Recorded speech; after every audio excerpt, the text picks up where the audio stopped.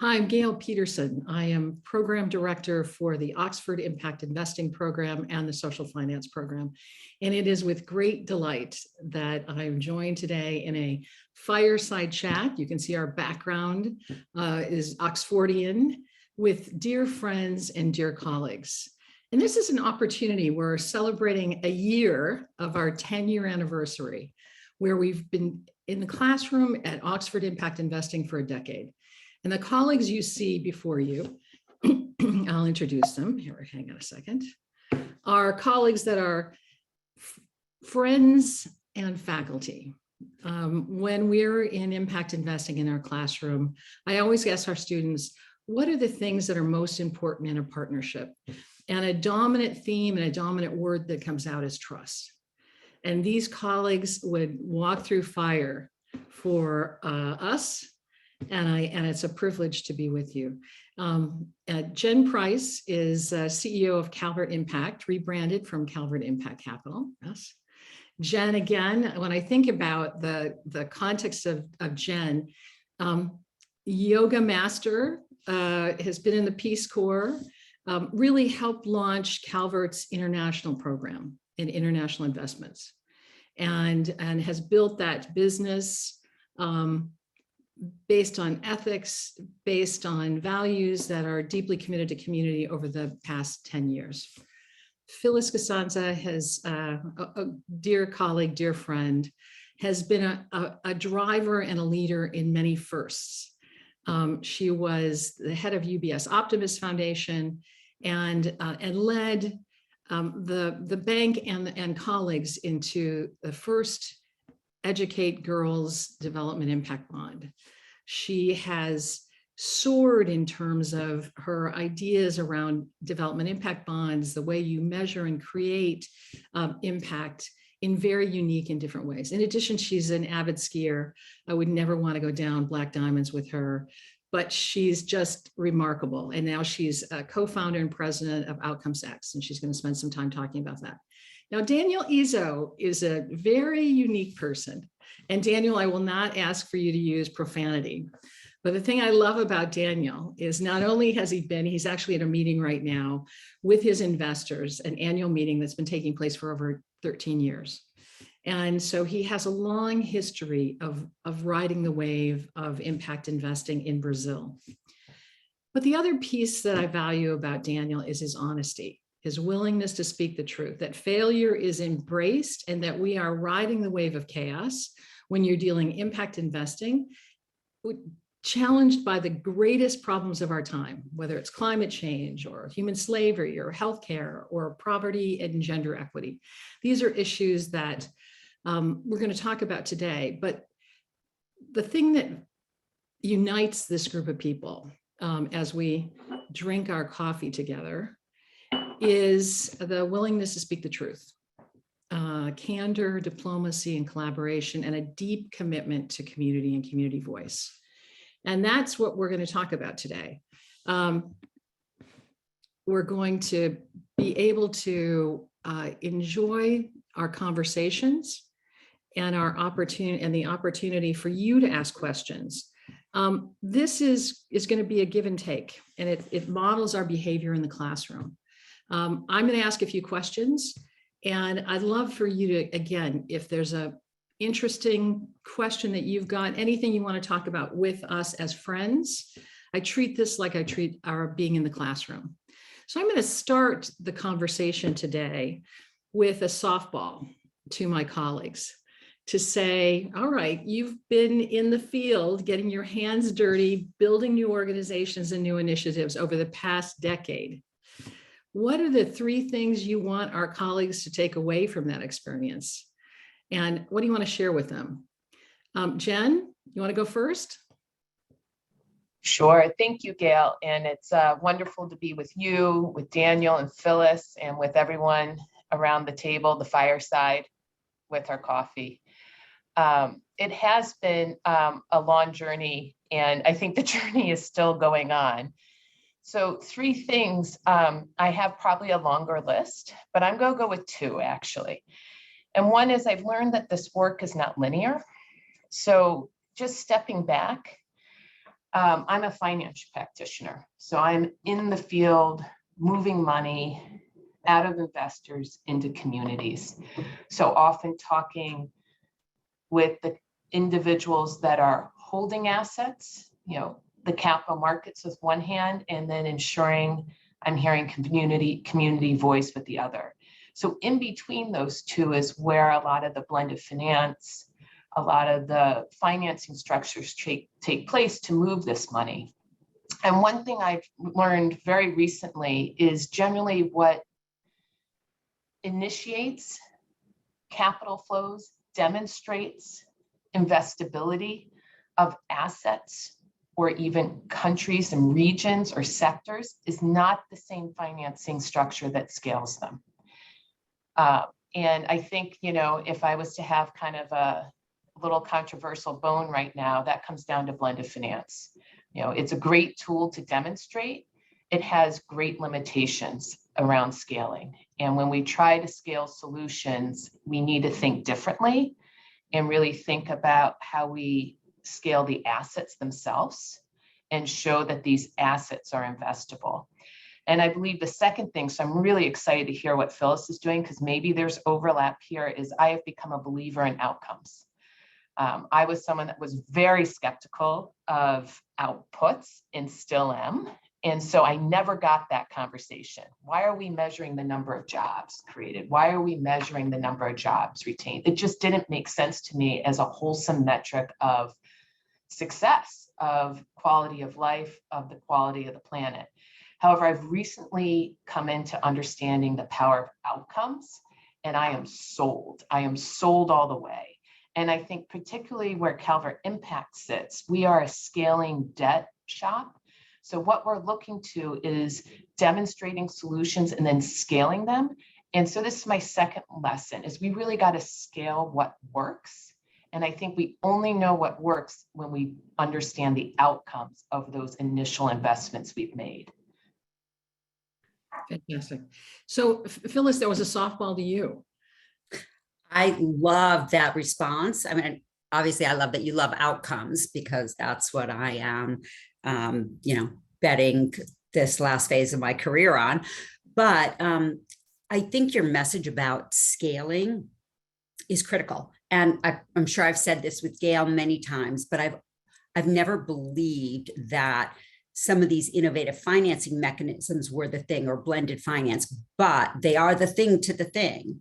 The social impact bonds, as they were originally called, or development impact bonds, but outcomes-based financing taught us so many important lessons, including and blended finance. We learned so many important things, but they're really complicated. I mean, the first one we put together took us years. And I know even now, I've got a lot of friends, colleagues working in this space, and it takes so long to structure these deals. So I've been desperately searching for ways to scale this, and hence the company that I'm starting, Outcomes X. But I think the lessons that I would want to share is that two things it takes is persistence and resilience. People do not like change, and I'm sure we're going to get all sorts of criticism, because Jen, you say you like outcomes, but I was talking to an organization who shall remain nameless, and they said, we don't believe in outcomes. We just believe in capacity building. And, and it's not that they believe in both. They do not believe in outcomes. And, some people benefit from the system the way it is. And, you've got organizations, large organizations that have all these fancy fundraisers, and, they can afford the high cost of fundraising. So they're not really going to appeal. They're not going to be attracted to anything that's performance-based. Because that is risking their bread and butter. So I think to be really persistent in finding the right solutions that can scale, to build on what Jen was saying, and also being resilient to the kind of criticism that we're going to face. And none of the solutions I think that we're all going to be talking about work all the time for all situations. And, it's the great British expression, horses for courses. That's a British thing, isn't it? Oh. Anyway, it's, we've got to find the best way to use the best type of money in the best circumstances. So, our solution, Outcomes X, which is a marketplace to buy and sell social outcomes, isn't going to work for everything. It's not going to work for advocacy, which is a really important part of social change and social justice. So we have to be really clear that we are all focusing in ways that work for the type of solutions we're offering. But I don't think any of us are saying that these solutions work all the time in every situation. So I would say those are my lessons. Fantastic. Daniel, you've been involved in impact measurement for a long time, but also you can move into it. There's the outcomes piece, and then there's the, we got to experiment, we've got to try, and we have to fail.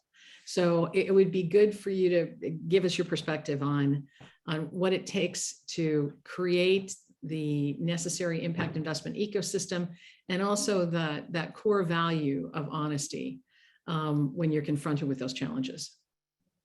Yeah, well, first of all, thank you for the invitation. It's great to be here and see you all again. I think for me, impact investing and my journey, it starts with a true intention. And I think that the true intention to generate change, it can later be translated into an investment thesis. But I always say that for it to work, one has to be really involved towards that, or really passionate about what they are trying to accomplish.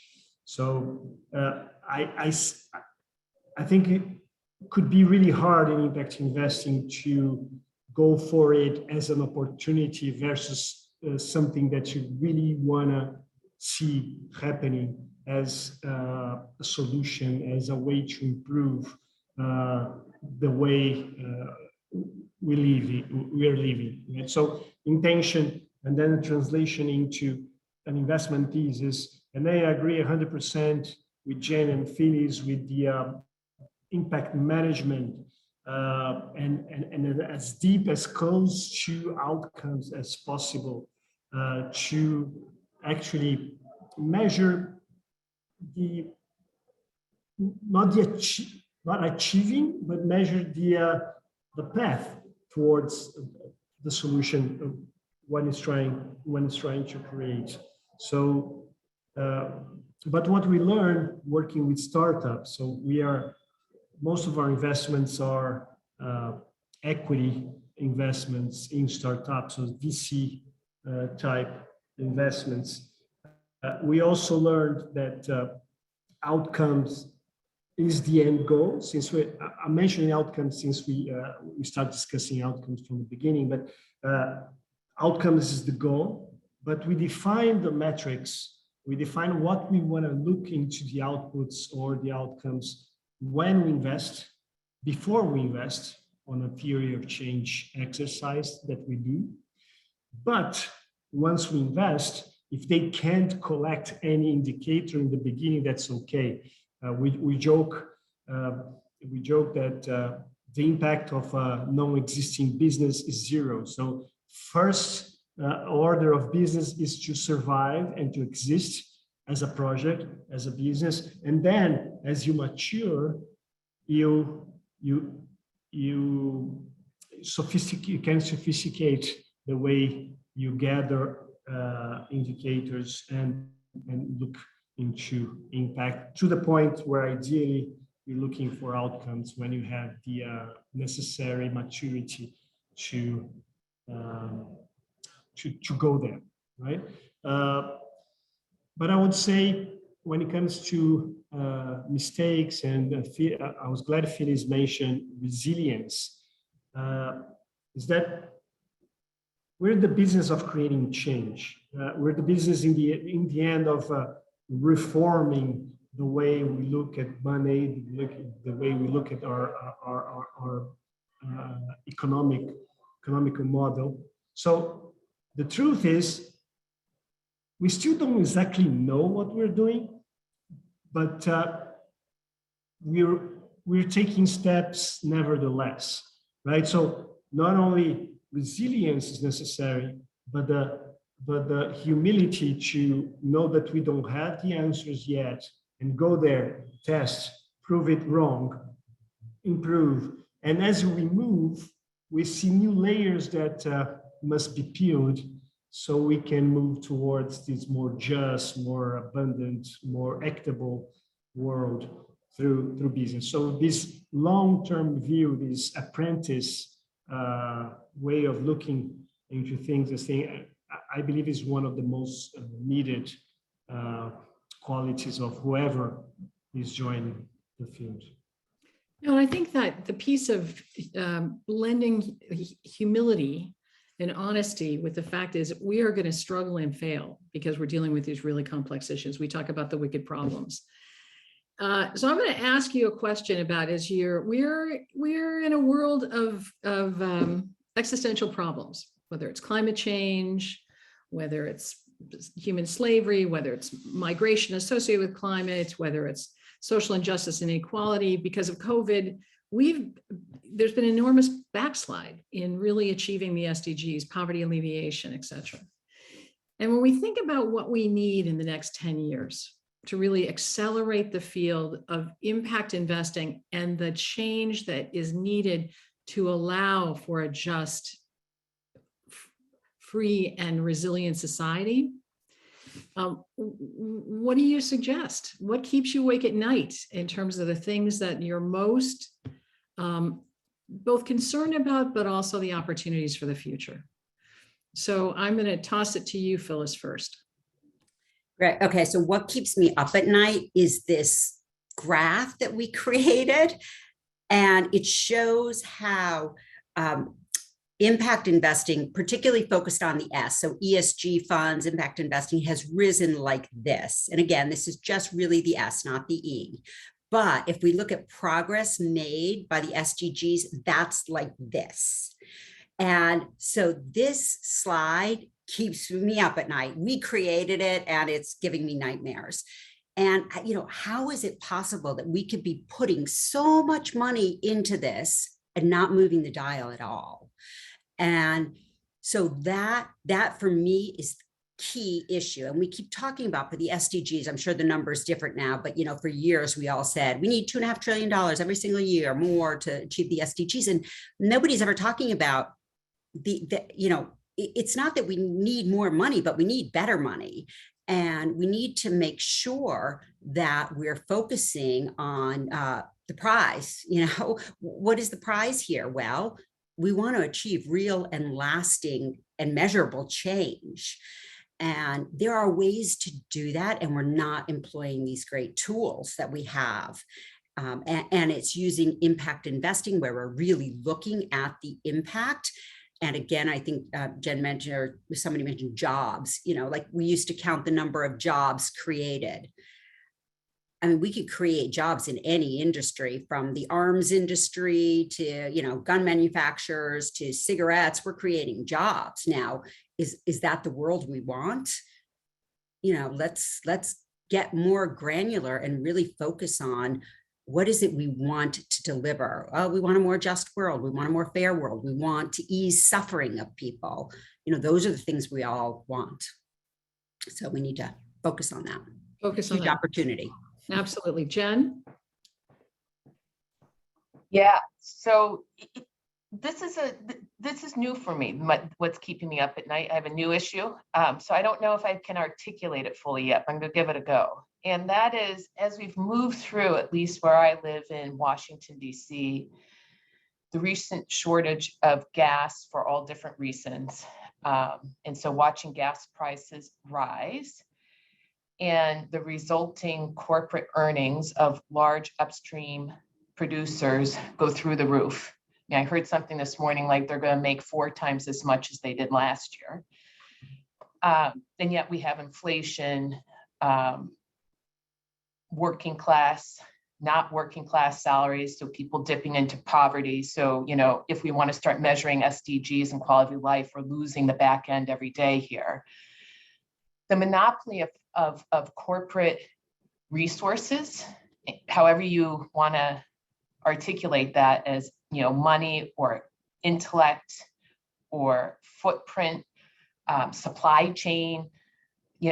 I look at it from the financial lens. We've been trying to pierce the capital markets, and way long ago when I started this work 10 years ago, one thing I said is I don't want to create a third rail for impact investing. We got to go in and work from the inside because the beast is so big. But the beast seems to be growing, and that keeps me up at night because kind of like Phyllis said, that graph, I feel as if, the work we're doing can't compensate for what's happening alongside of the work we're doing. And that is not, I see yet, shifting materially. So we hear all the right things from leadership, from a lot of these corporate entities, but clearly the accountability around decisions they make day in and day out to run their business is not where it needs to be for us to have outcomes that align with the SDGs. And so that's keeping me up at night. And it's not even like it's adjacent to the work I do, right? But it's so relevant to getting to the place we all want to get to. And Jen, we talked about the ethics of where leaders are today when you're confronted with a recession or confronted with challenging issues. So balancing and finding your way. Daniel, before we go to you, I want to encourage anyone who's participating in this to begin to put in the chat the issues that are keeping you awake at night that you want to talk about with colleagues and friends. Just as we would do in the classroom. Daniel, what's keeping you awake at night? Your children are old enough so that you don't have to necessarily be awake with a baby anymore. They still come to our bed middle of the night. And I'm the one saying, don't worry, they won't be doing this when they are teenagers, so let them do it while we can, right? So we're not saying for them not to come, but we can sleep. They come, sleep, and that's fine. But what is keeping, and it's really exciting to hear what Jen and Phyllis are saying, because what is keeping me up at night has some similarities coming around to what they're saying, but we're looking into something else also, that at some point start bothering us. And for most of our 14 years of existence, we focused on VC type of deals. But then looking at our own theory of change, what we want is systemic change. And we look at the money we are working with is the 1% of the 0.1% richest people. It's the type of money that can come to a VC fund, even by design and regulation in Brazil. And we say, like, what about the 90% other money? And even my money, the money I leave in the bank, what is it doing overnight? So I agree, like the money for impact is growing, but there are so many other counter investments that are made, and the money going to things that don't care about impact so much bigger than this curve. That in the end, I'm not amazed SDGs are not making a big difference, because there's so much things going to other things that are even hindering sometimes the effort and the impact this money here is doing. So what is keeping me up at night is how we break this impact investing box and create this understanding that every investment has an impact. So there's no non-impact investment. Every investment is helping create something. So the decision that an institution, the decision of an endowment, the decision of a bank, my individual decision, when I allocate money into something, I'm not only looking at, I'm not getting back just the return on my investment, but I'm getting back in, I don't know, new buildings, new things that are going to, so my money is helping co-create the world we're living. So how do we move towards a world where everyone is looking at the impact? So the movement we're looking right now is expanding the asset classes available. So everyone can put something into impact, which is a challenge, right? You have an asset development challenge here where you could put the money in other ways that are more liquid or can be available for more people. But I'm trying to figure out ways where all the money in the world is considering the impact they're creating when they're going into investment vehicles. I think if we don't do a collective effort as a society as a whole, it's going to be really hard to get all the advancement we see needed. So this is, I'm not sure I'm going to see this in my lifetime, but that's what keeping me awake. Okay, that's fantastic. Now, as you know, we always talk about doing no harm in our work, whether it's impact investing or social finance. And I just happened to look at the chat. And Slavi, there's a question that you have, which is what's keeping you up at night is good people with good intentions doing unintentional harm to the communities they're trying to help, right? We confront this every time we do a class. And as everyone knows, I'm the queen of doom, illustrating all the things that go wrong. And my job is to say, when you come out of our classroom, you know that there will be things that will go wrong and provide tangible examples, real life examples. So you've got your how to do no harm hats on, and you've got an audience that wants to know. And as you know, we do not steer clear of difficult issues. And I've got to tell you one quick story. Our social finance class this year, for the first time in 10 years, did a graphic illustration of the elephants in the room.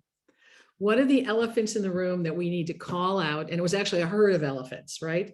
Need to call out right now so we can have these honest conversations, right? So let's unpack this and let's talk about good intentions and good people doing things that go wrong. And how do we respond to that? How can we minimize harm, accelerate good, and acknowledge when there is a problem? So with that, Jen, I'm going to put you first. I'm reflecting on those elephants, Gail, because I was at that class and we started to reduce the herd, right, as time went on. And, you know, one of the most powerful things I think I am finding, because this is a reality for all of us, no one's accepted from having not to think about this, is very simply sharing what isn't working and needing to do that, all of us, so that we can learn from each other. And then that requires us also, I think it was Daniel to say that, to walk with humility, because you need to listen to community. And when you stop doing that, things go wrong for sure. And coupled with that, when you think that you got the idea that hasn't been found before, I would just encourage you and others, you know, just to look around for a moment, you know, talk to others. Chances are a lot of this has been, you know, rubbed a little bit. And there's an opportunity to evolve. We're always looking to evolve. But making sure that we talk to our peers and open up our thought process some, and even collaborate. I mean, this is a big one, I think, that I have found too around do no harm. And it's been a lesson for me building Calvert Impact. There was such pressures for us to do more at times, and still happens. And we have had to stay very disciplined and do what we do best and partner with others that complement what we do. So for example, we don't have a policy shop.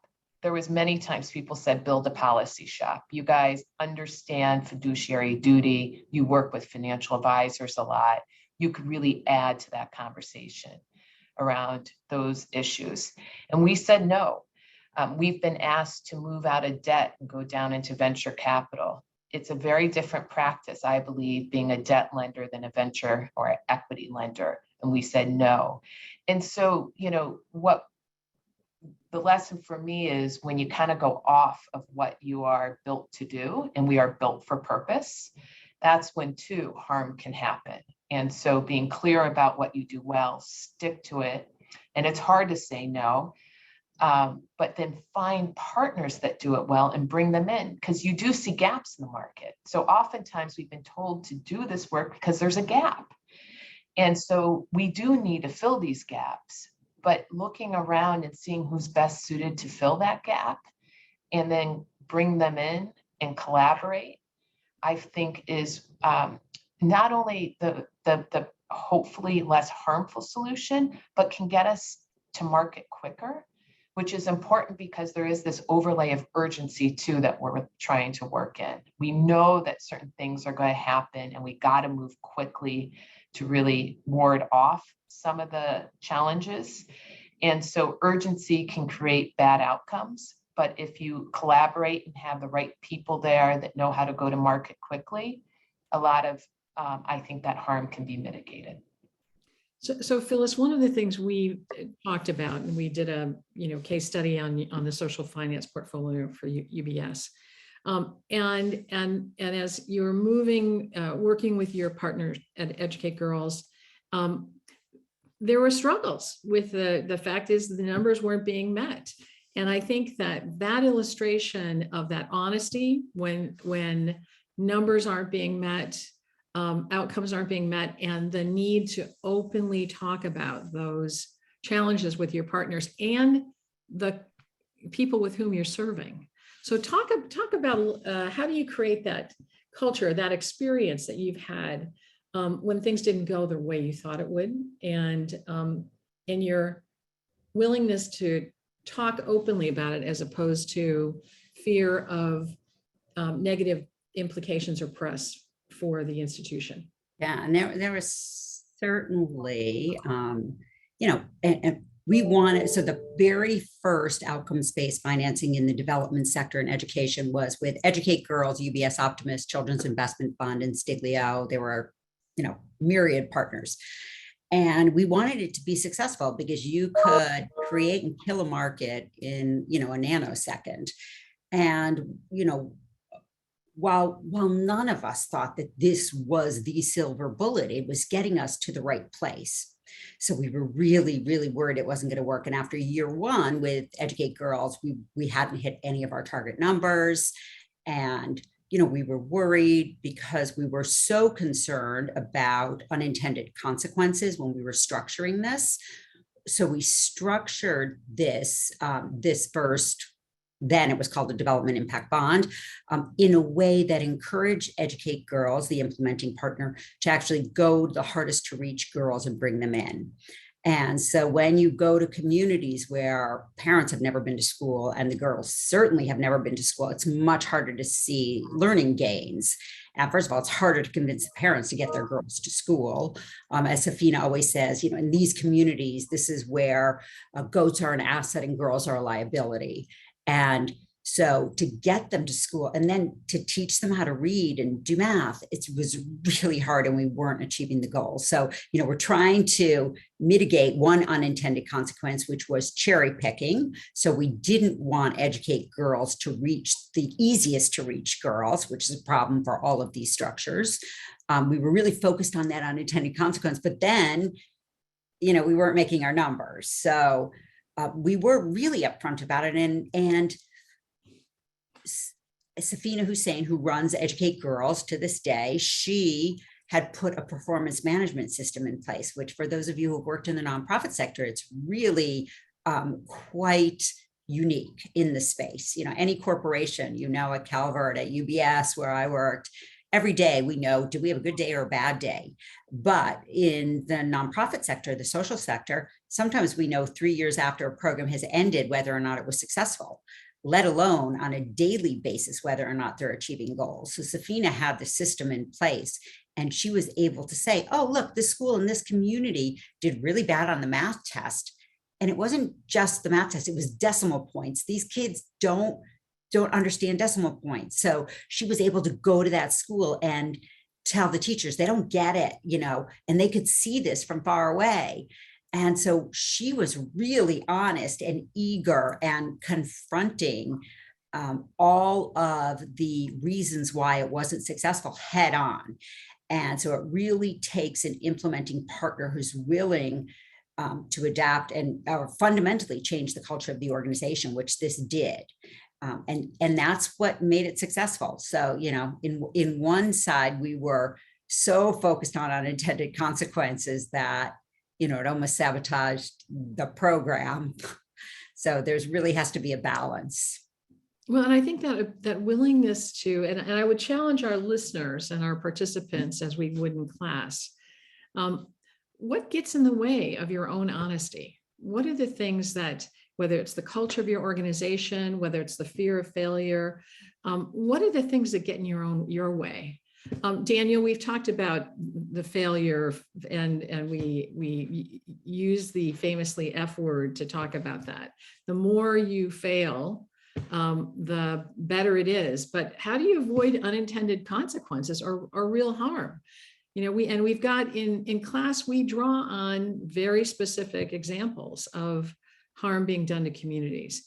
So how do we get at, and we talked a lot about outcomes, and I always am very aware that our language in the classroom needs to address the issues of lost in translation, which is my mother needs to be able to understand what we're talking about. At the end of the day, the outcome is improving someone's life. So how do we avoid those unintended consequences? And what happens if we discover them? So Daniel, you're on. Easy answer. I'd say, look, I really don't believe we should be coming from a place where we expect there's a way to avoid 100% of the harm, since we really don't know every consequence of every the link of events that come after something that we do. But I think there is that we must, I'm using strong word, really change course once we learn what we're doing. And we have a very interesting case where, like when we do an impact investment, we see the impact as another layer of risk, right? Because we can invest in something that doesn't deliver the intended financial return. This is a risk. But you can also invest in something that doesn't deliver the intended level of impact or the impact at all. To this, the former one, we know how to deal. It's easy, right? We learned long ago that you just write off or you sell it quicker. But to the later, what happens, what we do when the intended impact is not there, especially when the financial return is still there. I think we learned this early on. I think it was 2012. We invested in a low-income housing project. And it seemed really interesting, like a Harvard Business School graduated entrepreneur doing an interesting project in the countryside of Brazil to build I think 1,500 low-income houses. And we were co-investing with an European impact investing fund. So it looked like a really interesting and impactful deal. But as we moved along, we learned that, owning their first house, their own house, was the main dream of low-income families in Brazil. So it's like huge achievement to be able to buy. And they had a scheme with banks where they give like subsidized credit so they could buy if their income were below a certain level. But what we learned while doing the program is that these private-led low-income housing projects, they didn't necessarily, they were not talking to the public, the public power, the public sector in that region. So you create a neighborhood that doesn't necessarily have hospitals nearby or schools or even public transportation. So 1 or 2 years down the road, that new neighborhood and people exciting to have their own houses, that slowly decays into a ghetto or a favela, because it's not a good place to be. You don't have the public services nearby. So we called the entrepreneur attention at that point. We let our investors know that we are not happy with the impact on our reports. And we tried with the entrepreneurs to engage with the public sector so the new projects, they become ingrained within the city or more connected to the city, to which they did not show any interest. We learned that, and several learnings, right? It was like the second or third year, or I think it was the fourth or fifth investment we were making. We're not that clear that we needed entrepreneurs with intention. We said, like, if the project has impact, it is enough. It doesn't matter if the entrepreneurs have intention or not. Intentionality is optional. We learned we were wrong. Right? First learning there. Second learning is that we engage into a battle of discourses with the other fund, because we told our investors that the impact was not there. Even the impact was negative in a way. We're trying to solve it. Although if we could not solve it with the entrepreneurs, we were going to sell our shares earlier than expected because the impact was not there. But the other impact investors were not that honest with their LPs. So they're trying to convince their LPs or investors that there was an impact there. And they were actually asking us not to tell our LPs, because we have a few in common, that there was no impact there. So I think, like, to the point of Gerald? what Slavi brings, Yeah. the problem is not having unintended consequences, because this is going to happen in a way. We don't know everything that could happen around the project. But the problem is when we are defending the impact because it's good marketing, while even after we learned the impact was not there. I think the due diligence of an impact investor should really be close to the impact, as close as outcomes as possible, as Phyllis would defend, rightfully so. And as soon as we've learned that the impact is not there, change courses and be honest about it, and do as the best you can to reverse that path. Well, I think that, Daniel, you talked about, so thank you for the candor on that. The reality is we teach in our classroom, see the system, not the silo, right?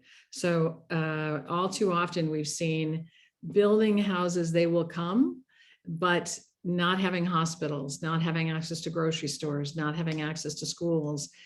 Again, what are those packages of funders that you need? And how do you build out that platform, that integrity of the willingness to speak openly about the things that aren't working? And I think for our listeners and our students, many of whom we have alums on, so greetings from Costa Rica. But Gerald raises an interesting point. It gets, again, at that ethics piece. Jen, you've talked about the big system of how are we reacting, responding. So Gerald, if we were in the classroom, I'd call on you. As you know, you may be one of our alums. if you have a lack of incentives in financial company, then the moments that you have a problem, you enter into the blame game. And if you have a proper incentive, then the focus is on finding a solution to the problem when you face one. So colleagues, let's respond to Gerald's reaction was, what's the blame game versus how do you get to a space where the lessons learned are important and the problem and solution is part of the equation. Jen and Phyllis after this. Well, I'll just build off of Daniel just for a moment and then get to Gerald and a thought on that. But I sit in Washington, D.C., and we don't have Calvert Impact field offices around the globe. And so one important thing about not doing harm and knowing your role and how to play it well. When I hear Daniel speak, there's such a temptation to want to go pet the bunny is one phrase I use often, right? To be that impact investor that's touching the client, that's building that home, that's deep in community and creating that solution. The reality is, if I was that investor in Daniel's community, I would not have seen everything he just articulated. And that impact not happening would never raise on my radar likely, unless I took a field trip from DC to Brazil. And I think that's important as we think of just about flows of money from the global north to the global south, rewriting that narrative, making sure we build local capacity. And for all of us that are doing this work to really know our role and where we should be operating and where we should be passing off the power and the resources to others. And, I kind of go to Gerald's comment that, if you're not clear on your role as an organization, I think the culture gets a little bit lost about what you're trying to achieve and for what purpose. And so a lot of what Gerald kind of posed there to me is the outcome of not having a strong culture in so many dimensions. But from my experience, having a strong culture is also having real clarity of purpose of why you're here and what you're seeking to achieve. I mean, Phyllis, I've admired you in terms of this navigation in a financial institution and moving that culture in a way that supports very creative social change agenda. Talk to us about address some of these issues that we've been talking about from a big bank's perspective and from the work that you're doing now.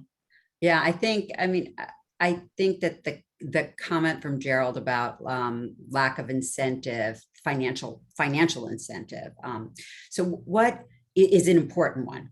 So we work in such a complex area. There's so many different stakeholders. We've got the purchasers of the social outcomes. Those are the investors, or, in just a straightforward granting world, it's the grantors. We've got the sellers of the services. So those are the nonprofits. And then we've got the beneficiaries, and then we've got communities. And we've got to deliver in a way that's good for all of these stakeholders with very, very different incentives. And some of whom we treated with kid gloves for a long time.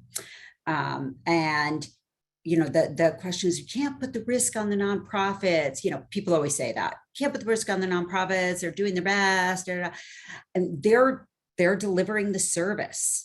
And we need to create, I do believe there's this social incentive, which is really strong, but why can't we offer the nonprofits a financial incentive as well? And I do think it's really important. And I can talk in more detail about how we can do that, but we should be incentivizing them in a different way. They're not, we don't need to treat them with kid gloves.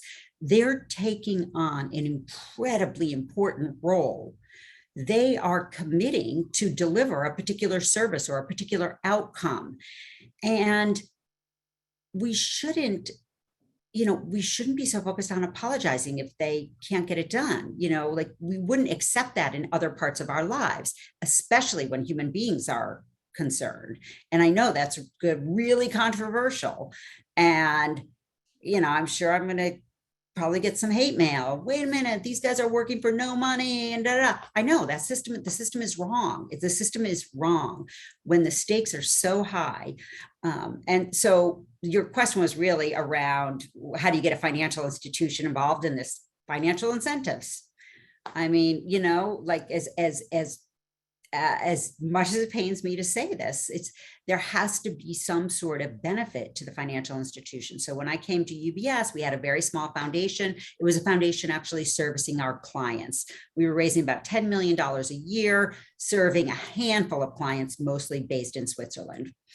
And what we discovered is this was such a differentiator for UBS. If you could really offer services that no other financial institution is offering, could we take what was considered to be a cost center and turn it into a profit center? And the answer was yes. And because of that, and UBS saw this is a huge differentiator for us, we're actually attracting clients from other financial institutions to come to UBS. And so we were able to calculate that, and the foundation has grown substantially. I think this year it's about 200 million, from what was 10 million, and onboarded hundreds of new clients and billions of dollars in net new money. And that is sort of a nasty, that's like considered sort of dirty in our world. But that's how we got it to grow. And that's how we were able to make great social strides as well. And I think, Gerald hit it on the nose when it comes to for-profits, but that is an incentive. But there's also more. We also know, actually, my business partner and I just wrote an article about ESG and the S in ESG, and it's focused on stop looking at extrinsic risks to a company and start looking at intrinsic value. So for instance, companies can have, by focusing on the S that is intrinsic to the company, not some external risk, not your human rights policy, everybody has one. Why do we even give credit for that anymore? Policy is a policy, and, we can copy somebody else's. But if you are investing in things that have a meaningful social impact in the communities in which you work, that can have a substantial commercial impact on the institution. And so I think that to get companies interested in this, we do need to start focusing on that and start shifting away from what is an external risk to what is an intrinsic value to the corporation. I think that sounds so. So we're getting close to winding down, and I want to see if there's any other questions. Let's see, we've got a couple questions. Shifting from external risk to internal value. Thank you for this important framework. I think, one of the conversations that we often have is that I want you to each share the one thing that you want our colleagues to take away into the future as the opportunity is this idea of what do we need in the field to be resilient? What are the skills that we need? And I was in a conference with academic colleagues that said, we only need an impact investing technicians, not poets. And as we imagine what's needed in the future, is it more technicians, more poets? What do we need to actually create a vibrant, honest impact investing space with integrity, humility, and resilience? Daniel, you've got a smile on your face.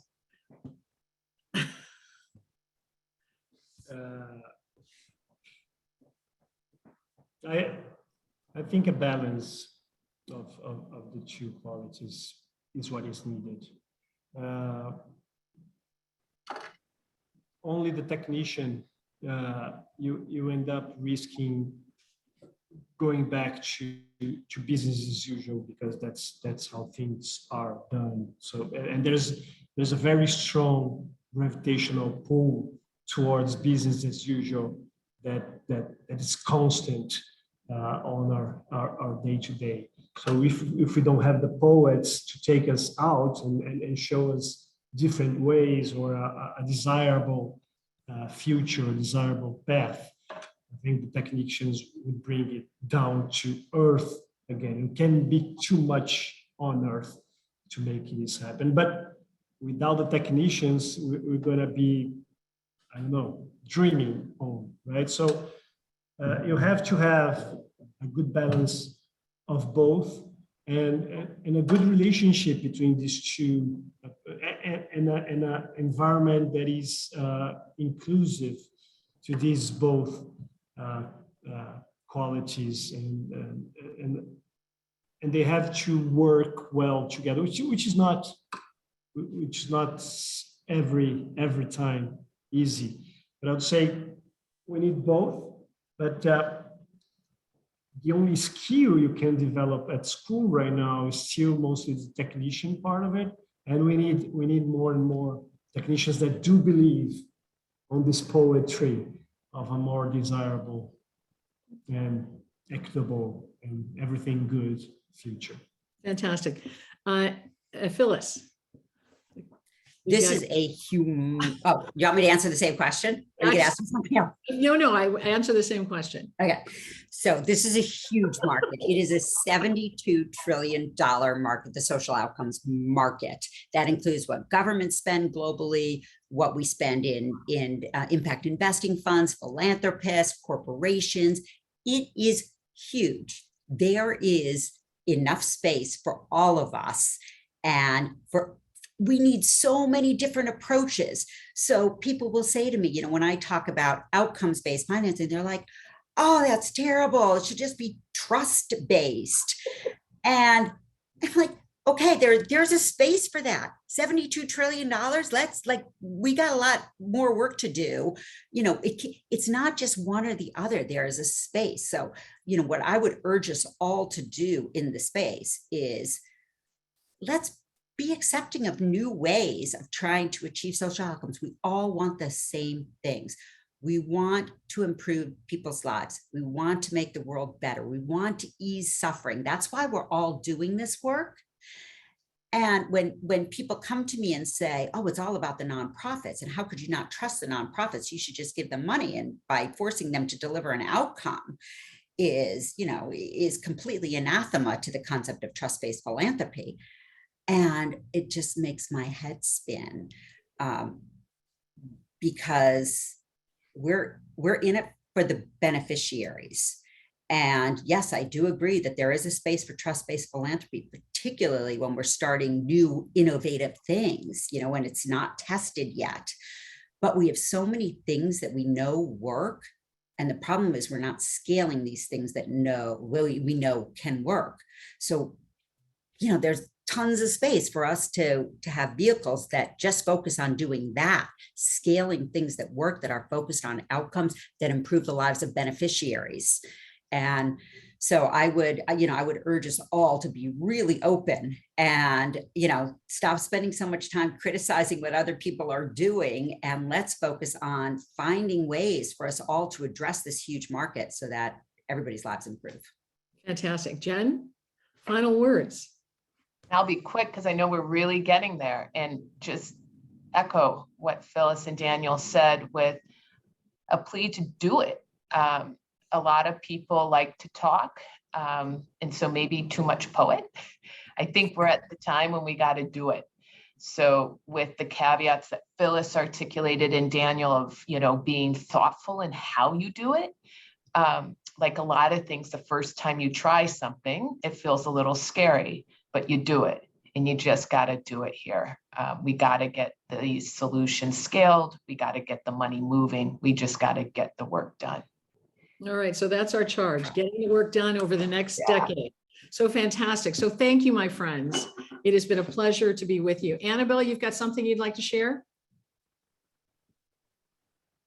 Hi, thanks so much, Gail. Yeah, thank you for everyone for joining today, and thank you for taking the time. I've just put in the chat box the link to all of the impact programs that we offer. We also have scholarships available for non-profits, which for impact investing, the deadline to apply is actually this Monday. So if you're interested in learning more about our scholarships, please drop me a message directly or email me. I'm really happy to talk through. But thanks also Phyllis, Jen and Daniel for your time. Great to hear from you today and for catching up as well. Thank you all. Thank Gail, you. you're on mute. I am on mute. I'm going to have a tattoo on my arm that says you're on mute. With that, enjoy the rest of your day, wherever you are, evening, morning. It's been fabulous to see you, and come join us for impact investing. Thank you for being part of our celebration. Bye. Thanks. Bye-bye.